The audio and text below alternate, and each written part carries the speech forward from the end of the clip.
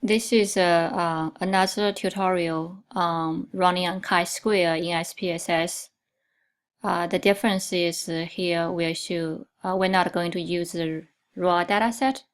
We're going to use a contingency table to run chi-square in SPSS.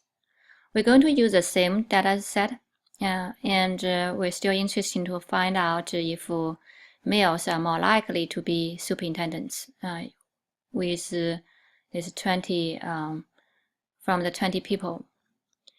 And the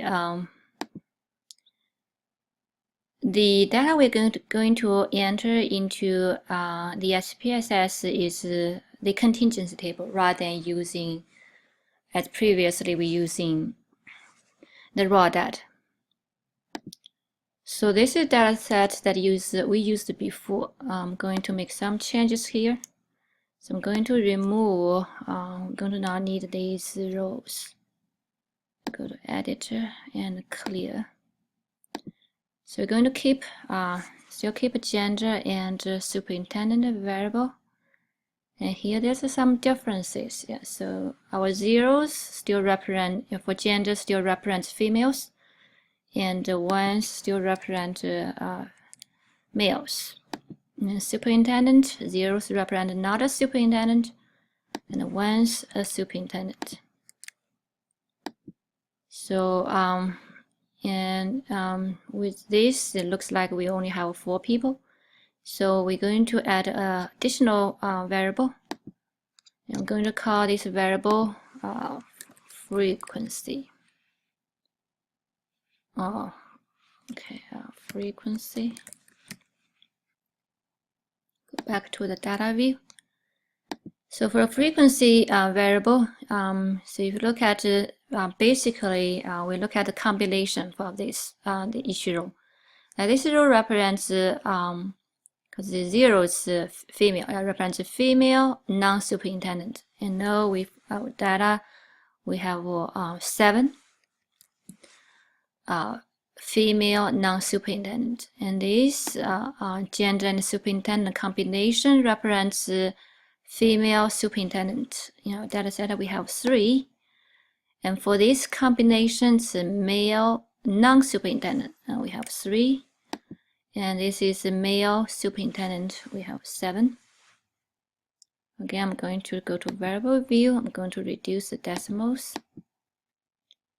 Go back to the data view. And again, we insist to find if there's a relationship between gender and being a superintendent. But we are going to use, this, just this. It's somewhat similar to a contingency table. So if we just run analysis on gender superintendent, the program will think we only have 4 people in the sample. So we're going to weight each of our combination by the frequency. So to do that, we're going to go to data and weight cases. So I'm going to weight our data by weight cases by this variable frequency, and then OK. And once we did this, so the program will know that for each combination we have this many of people in the data. Yeah. So now we can, after we weighted our weighted cases by this variable, we're ready to run chi-square. And the chi-square procedure we're going to do is similar to what we did in the previous video. Yeah. So that will be go from analyze, descriptive statistics, crosstabs, and then I'm going again to put gender columns and superintendent in rows. And in the statistics here, I'm going to check chi-square and also check phi, continue, and in the cells, I'm going to get expected. I'm not going to get the row or column percentage. I'm just going to get the unstandardized. Continue, and then you can I'm not going to check bar charts, but if you want to, you can. And then you go to and then you click OK. And then we have our results. And the results will be similar.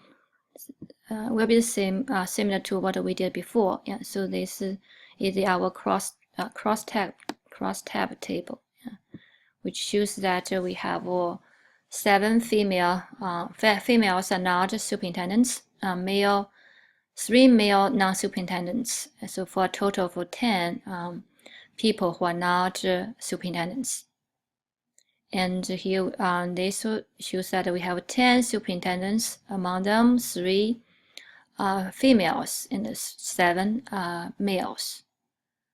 And so in our data set, we have 10 females and 10 males. So the expected counts are 5 for each of the cells.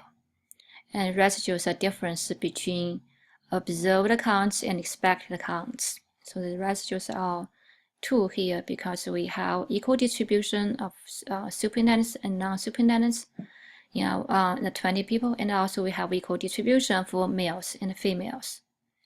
Again, here we'll see that our chi-square value is 3.2 with 1 degree freedom, and the p-value associated with this chi-square and for this degree freedom is 0.074. And that is, if the null is true, there's a 7.4% chance of finding a value this large. Yeah.